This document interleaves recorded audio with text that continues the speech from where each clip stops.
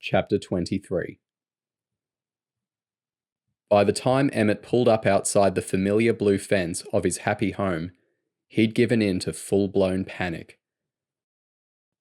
Behind him, Nicholas was fast asleep on his booster chair, his little body slumped against the side of the door, exhausted after a big afternoon playing with his friend. Where was Cindy? Emmett was heartened somewhat by the sight of his wife's car in the driveway, but there were no lights on inside, and she'd failed to answer his multiple calls. Come on, little one. He lifted his sleepy son out of the car and hoisted him over his shoulder. Nicholas grunted indistinctly, snuggling into his dad's neck. Closing the gate behind him, Emmett considered the dark porch.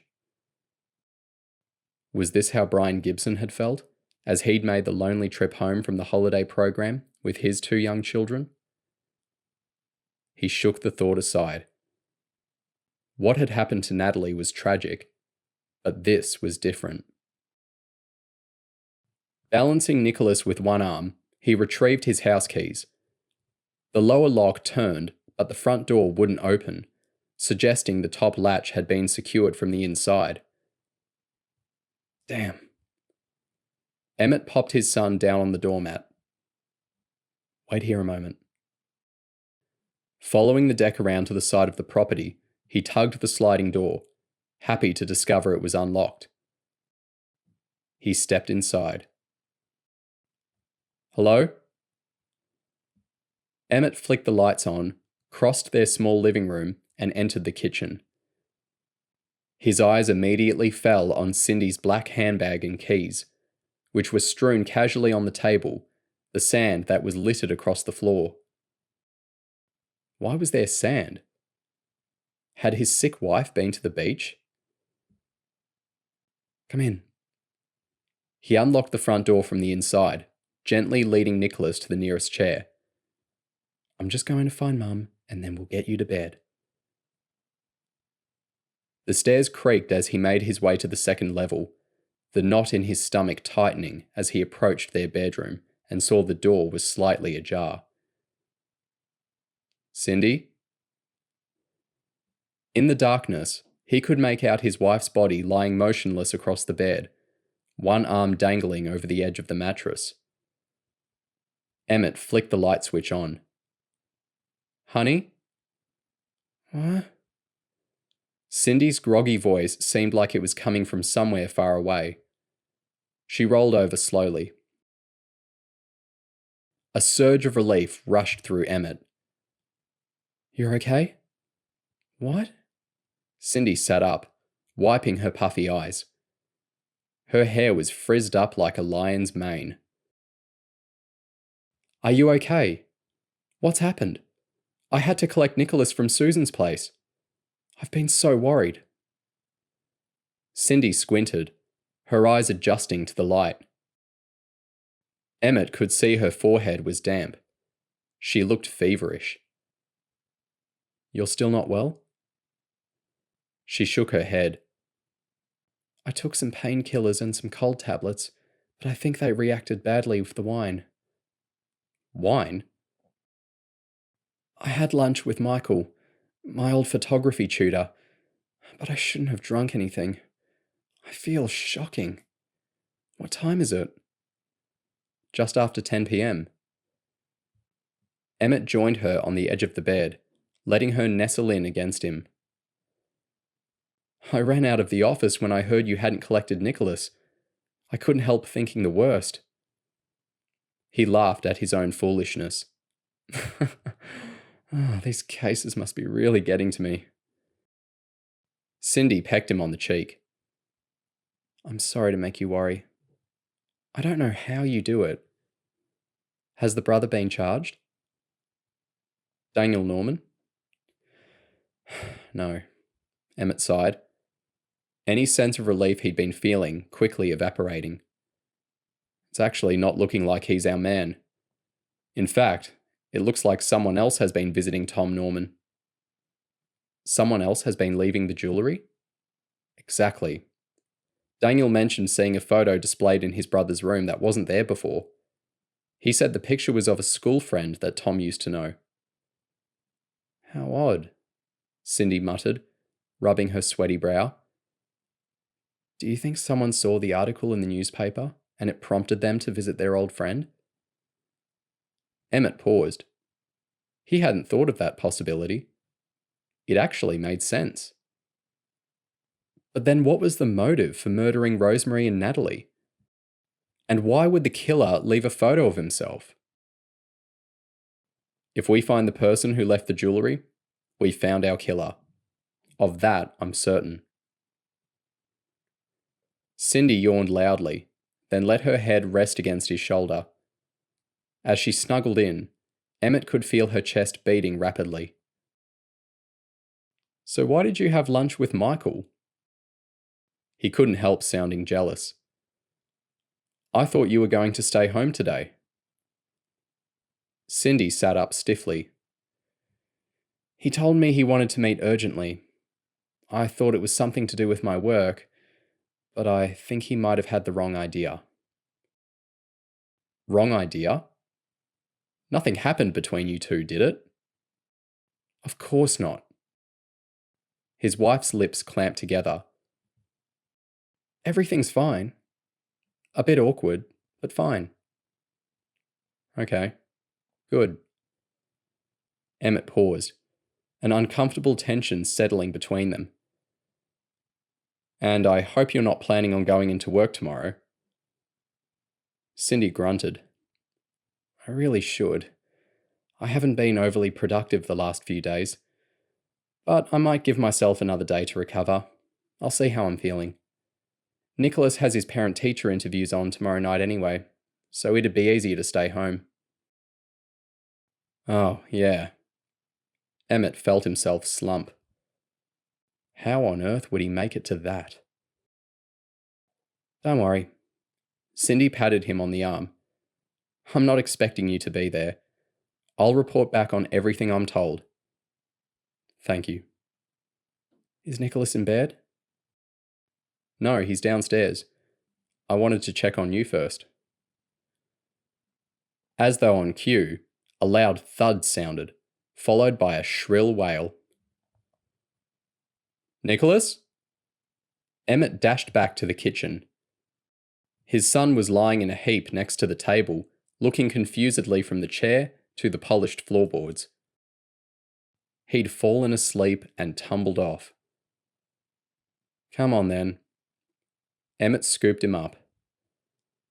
After tucking Nicholas into bed, he gave Cindy a quick kiss on the forehead and made sure the side sliding door was locked. Then he drove slowly back towards the police headquarters, watching lights go out in homes, the clock on his dashboard ticking ever closer to midnight. He pictured Cindy and Nicholas sleeping soundly. If only everyone was so lucky. He cringed. Somewhere, out there in the darkness, his son's football coach would be sitting in an empty house, waiting desperately for the phone to ring. Had he done the right thing by reassigning that case? Emmett swallowed a lump in his throat. Had he done enough for Owen Peters?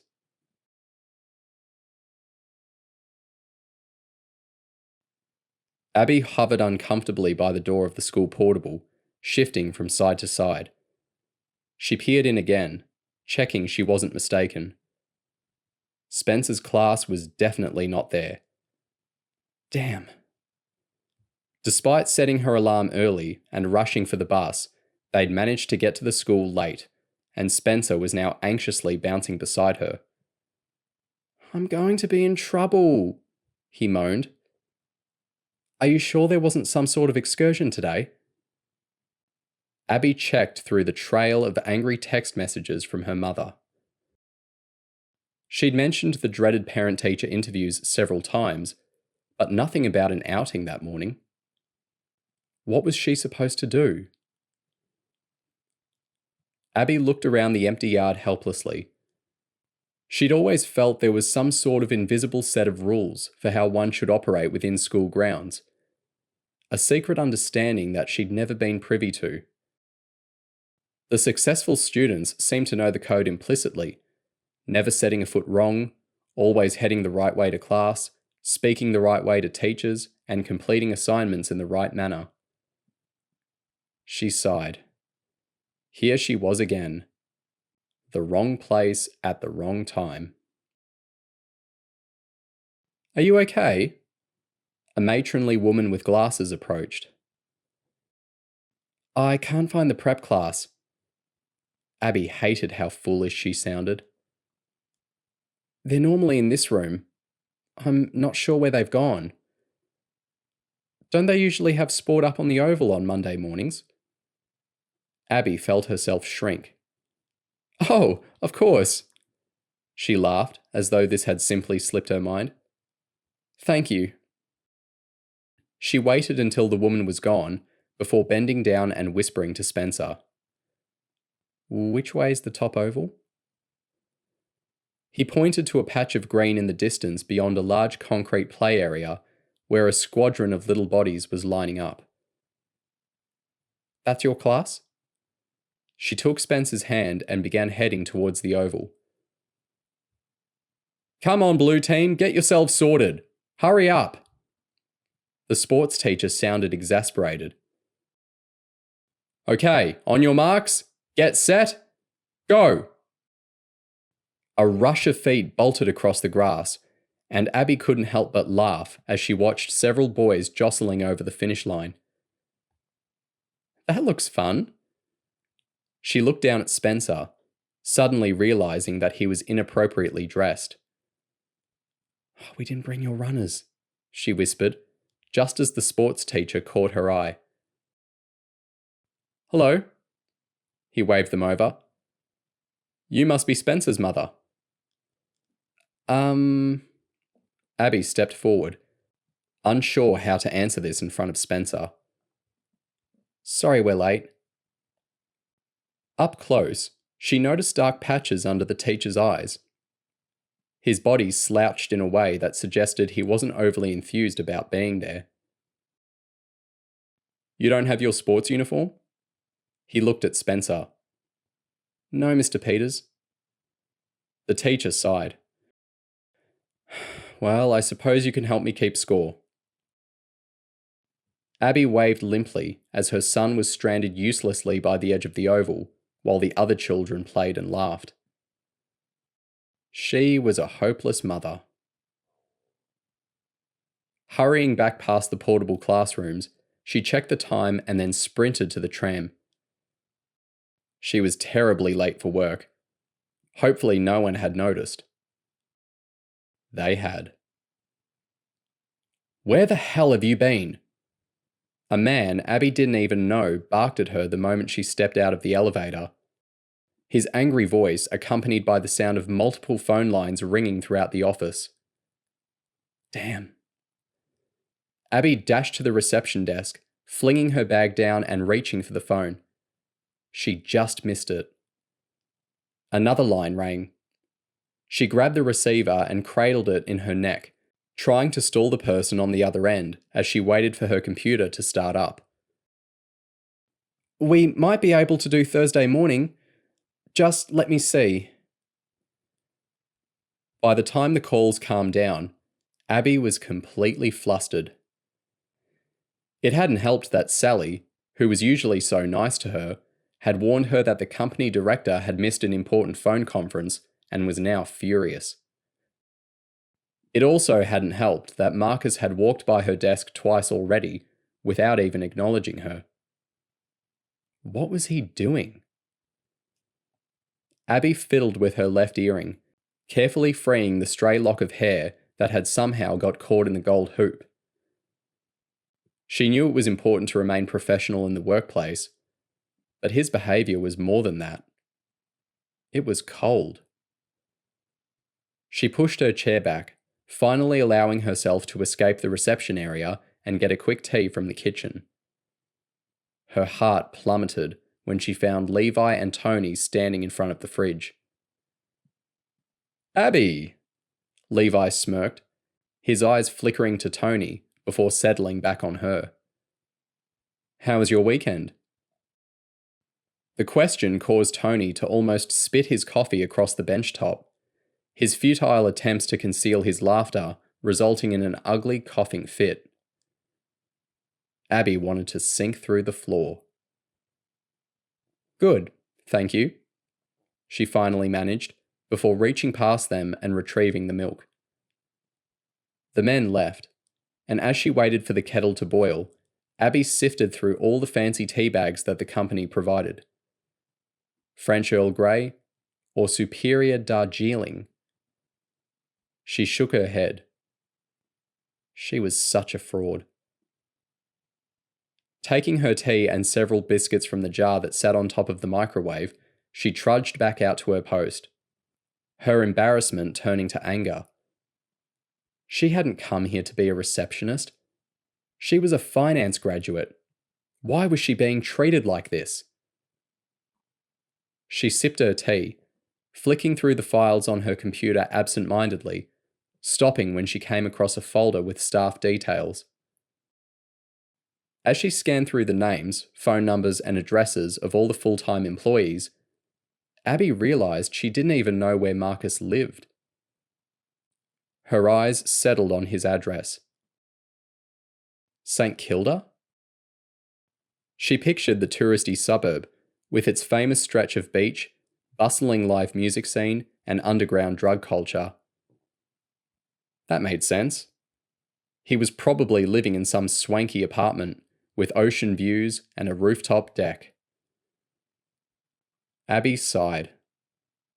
Perhaps he was simply out of her league. "Good morning, DGP Finance," she answered the call, still staring at the address, wondering if she'd ever be invited over. "Is Marcus Waiton there?" "Yes, he's in his office. Who can I say is calling?" The nervous voice on the other end of the phone paused. "My name is Laura. He knows what I'm ringing about." Abby put the call on hold and held her breath as she dialed Marcus's extension. This would be the first time they'd spoken since he'd left her apartment. "What?" he snapped. "I have a call for you from someone called Laura." Abby tried to ignore the sharp way he'd spoken to her. He was probably just busy. "She says you'll know what it's about." Fuck. "I'm sorry?" "Tell her I'm busy. Actually, tell her I'm not here." Abby looked over at Marcus's glass office, where she could see him sitting at his desk. She switched back to the female caller. "It appears I was mistaken. Mr. Waiton isn't in the office today." A gentle gasp came from the other end, then nothing. Abby assumed the woman had hung up and was about to do the same when she heard the sound of strained breathing. "Are you okay?" she couldn't help asking. The woman sniffed. Was she crying? "I just don't know what to do," the caller stammered. "He is there, isn't he? He's just avoiding me." Looking from the phone in her hand back to the glass office, where Marcus was now hunched over, furiously typing on his laptop, Abby could feel a lump forming in her throat. "May I ask what it's regarding?" "It's a private matter. But he is there, isn't he?" Abby hesitated. "Yes." The woman exhaled heavily down the phone. "I knew it. Okay, thank you." Again, Abby went to end the call. "Actually, can I leave a message?" "Of course." "Okay, good. Tell him I'm keeping the baby. Tell him I don't care what he thinks, and tell him I'll make sure everyone knows about it." Abby froze. "Sorry, can you repeat that?" "I said," the woman's voice grew with confidence, I'm keeping his baby, and I'll make sure he's held accountable for what he's done. With a heavy thud, the caller hung up. Abby stayed clutching the phone, her mind racing.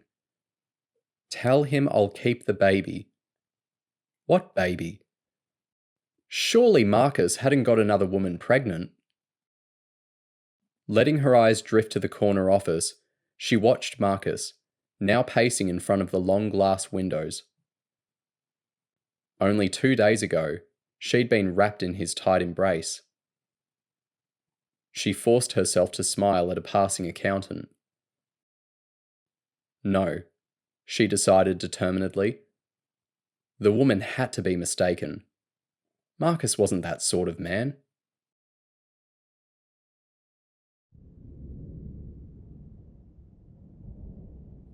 The weeks after Tom's accident went by agonizingly slowly. Every day, the boy brought in his special handmade card and gold-wrapped present, and every day, he took it home again.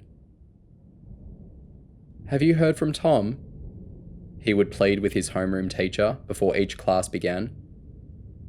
No, nothing yet. The response was always the same.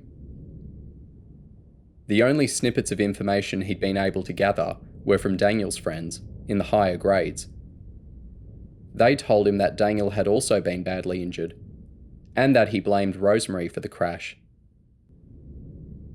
A fair while later, the boy learnt that both of Tom's parents had been killed. Has Tom died? He'd beg for answers from anyone who might know. But for some reason, no one ever spoke of his best friend, and eventually he stopped asking. During the morning recess and lunch breaks, the boy returned to sitting under the prickly tree, using the sharp stones to cut his skin. He was happy to discover that the diamond below his index finger became permanently scarred. And when the school year ended, and the old couple told him he was getting moved to another family and a different school, the boy didn't falter. He'd survived without his mum, and now he was surviving without Tom. He just had to be brave. There was no other choice.